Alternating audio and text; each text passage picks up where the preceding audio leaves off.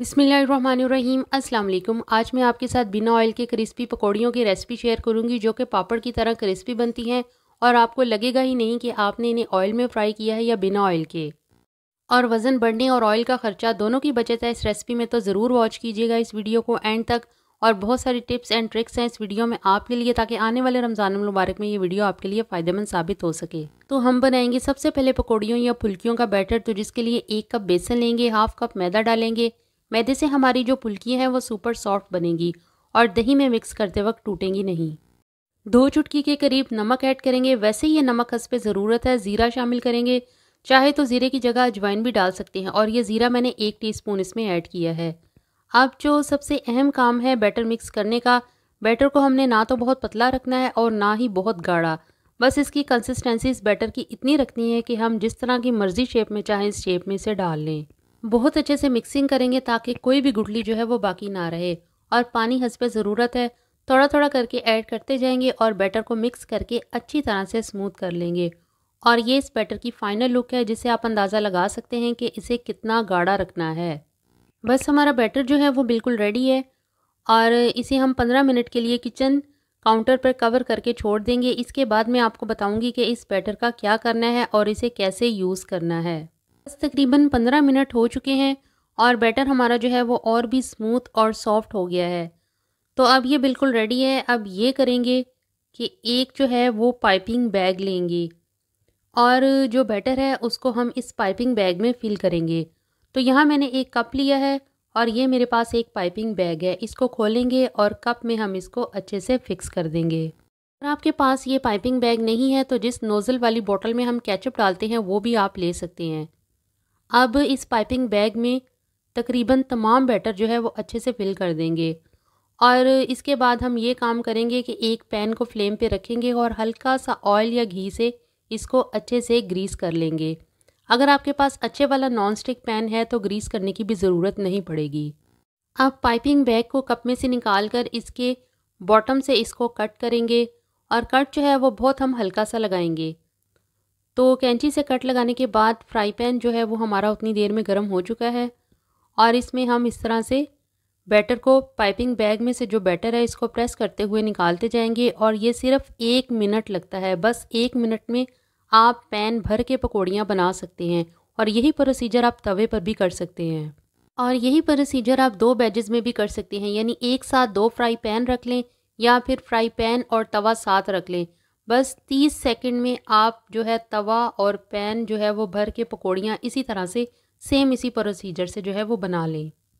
जैसे ही आप सारी पकौड़ियाँ इसमें डाल लेंगे पैन या तवे पर, तो कुछ सेकंड में ये पकौड़ियाँ जो हैं वो बहुत अच्छे से फूलना शुरू हो जाएंगी।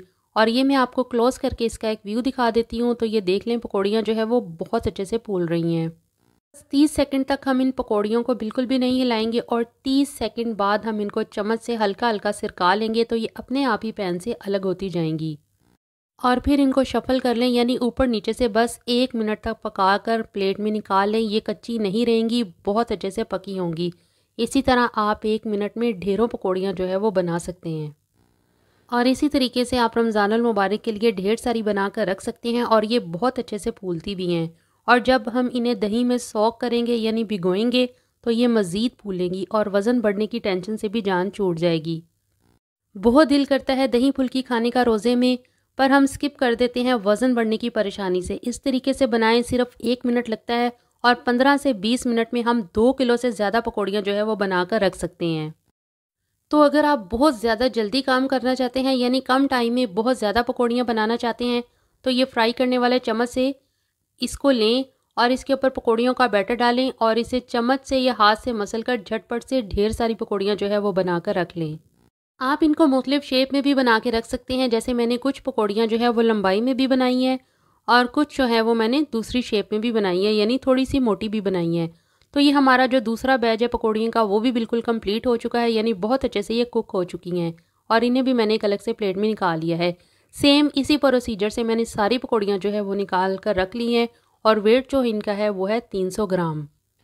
ये बहुत अच्छी सी क्रिस्पी हो चुकी हैं, यानी कि आपको इस टेंशन से निजात जो है वो मिल जाएगी कि आप ज़्यादा ऑयल में पकौड़ियाँ फ्राई करें तो ही वो क्रिस्पी बनती हैं। इस तरीके से भी आप बनाएंगे तो पकौड़ियाँ जो है वो बहुत ही ज़्यादा क्रिस्पी बनेंगी। और अब मैं आपको इसका नेक्स्ट प्रोसीजर बताती हूँ कि हमने इसे दही में कैसे बनाना है। तो ये पकौड़ियाँ जो हैं इसको ठंडी होने के बाद हम इसको दही में डालेंगे, गरम गरम हम इसमें ऐड नहीं करेंगे। और ये प्लेन दही है बिल्कुल, इसमें मैंने अभी तक नमक भी ऐड नहीं किया। और पकौड़ियों को दही में हम अच्छे से मिक्स करके तकरीबन 10 मिनट के लिए इसे ऐसे ही किचन काउंटर पर छोड़ देंगे, जिससे ये दही को अपने अंदर बहुत अच्छे से जज़्ब कर लेंगी और बहुत अच्छे से फूल भी जाएंगी। और इसमें अब मैंने 300 ग्राम ही कट किए हुए उबले हुए आलू शामिल किए हैं। सलाद अपनी मर्ज़ी से आप किसी भी सब्ज़ी का ले सकते हैं, यानी कि जो भी आपको सब्ज़ियाँ पसंद है। मैंने यहाँ पर जो है बारीक कटी हुई बंद गोभी, प्याज और टमाटर का इस्तेमाल किया है। मिक्स करेंगे अब अच्छे से इन सब्ज़ियों को दही में और फुल्कियों और आलू में। अब नमक जो है वो हस्बे ज़रूरत है, और यहाँ पर मैंने जो है वो सब्ज़ चटनी ली है जो कि सिर्फ पुदीने और सब्ज़ मिर्चों की है। आप चाहें तो इसमें सब्ज़ धनिया भी ऐड कर सकते हैं। हमारी मज़ेदार सी दही फुल्की बिल्कुल तैयार है। हस्बे ज़रूरत इसके ऊपर चाट मसाला ऐड करें। अगर आप चाहें तो इसमें ज़ीरा भी भुना हुआ ऐड कर सकते हैं, उससे भी इसका जो जायका है वो बहुत ही अच्छा आता है। तो अब हम इन्हें एक अलग से प्लेट में निकाल लेते हैं। तो आप भी ज़रूर बनाइएगा इस ऑयल फ्री पकौड़ियों को, और मुझे फ़ीडबैक ज़रूर दीजिएगा कि आपको ये रेसिपी कैसी लगी। हमारा बहुत ही मुबारक सा महीना यानी रमज़ान अल मुबारक का महीना शुरू होने वाला है। अभी से ढेर सारी पकौड़ियाँ रमज़ान अल मुबारक के लिए बना के रख लें, और फिर मिलते हैं न्यू रेसिपी में नेक्स्ट वीडियो में। टिल देन, अल्लाह हाफ़िज़।